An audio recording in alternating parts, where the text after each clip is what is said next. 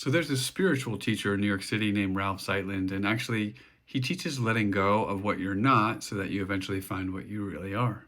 There's more light in Ralph's eyes than a 4th of July fireworks show. He tells a story about his mentor back in the day, a man named Lester Levinson, who was a fully enlightened, awakened being. Lester was much older than Ralph, and he was a smaller person. He was a small guy, short stature. Here's what Lester had to say about being an older person who was not particularly a large person at all, how he had so much energy.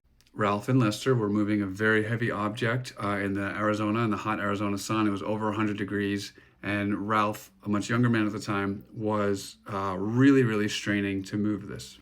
Ralph's a bigger guy, by the way. After they placed the object where it needed to go, Ralph is huffing and puffing out of breath, and Lester just doesn't break a sweat, doesn't even, it's no sweat to him literally and figuratively. He's just chilling. So Ralph asked Lester, how did you do that? How did you move that without any effort, without any struggle, without any strain?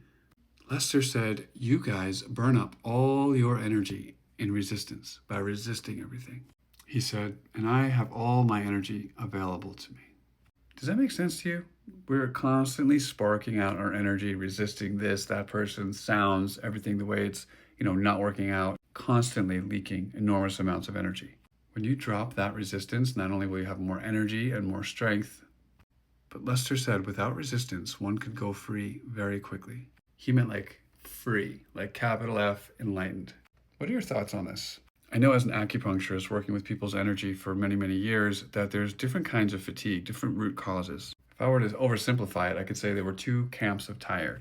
One is where there's actually a deficiency of energy, and therefore the fatigue is appropriate. It's reflecting, being actually tired.